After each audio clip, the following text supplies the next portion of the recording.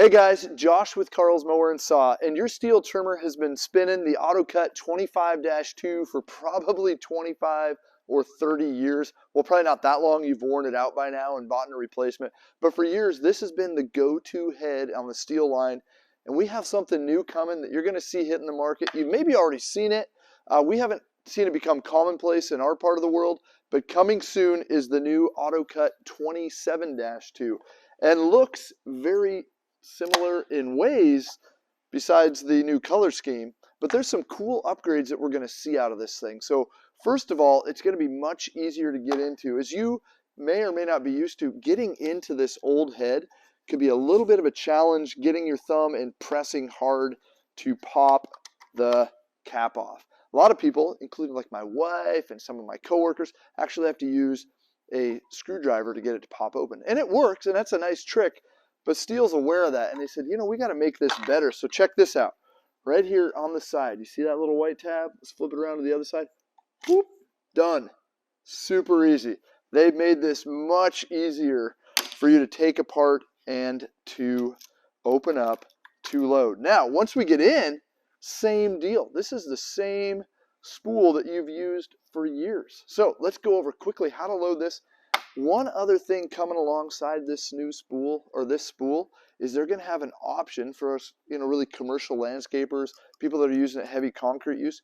You can get a metal bottomed one. So the life of this is going to be significantly better. Your wears are going to go way down.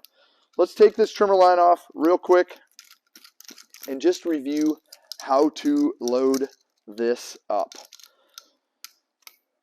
Now, this traditionally is going to run Stihl 095 trimmer line, or whatever brand of 095 trimmer line you like. We all have our favorites. Some of it's round, some of it's square, some of it's twisted, some of it's triangle, whatever shape, whatever color. 095, I personally like a rounded line. It tends to feed better. For visual aid, I am going to use this green line right here. If I'm using 095, it holds up to 25 feet.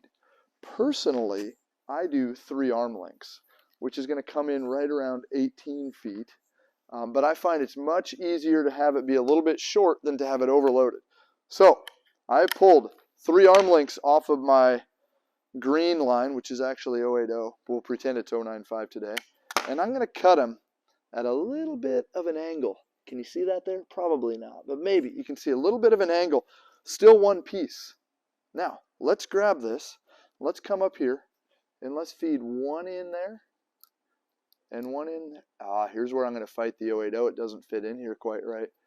Here I'm trying to help out and give you a visual. Okay, got it? In there, and then I come over the top of itself like so. Okay, boom. There is an arrow right here telling me which way to go. But it'll kind of tell you just based on the fact that it pops right out.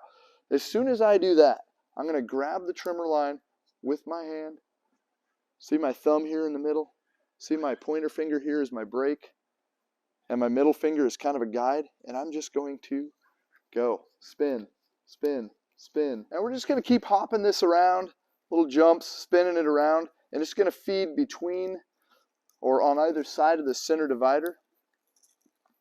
Now, I like to use one piece of trimmer line. You've maybe watched a few other videos where they tell you to cut 2 pieces, and you're going to see why I like to use one piece. As I get to the end here, a few more twists here. Remember, we're loading on about 18 feet. Okay, as I get to the end, I got this nice little loop, and I'm going to lock up one side, come around 180 degrees, and lock up the other side, just like that.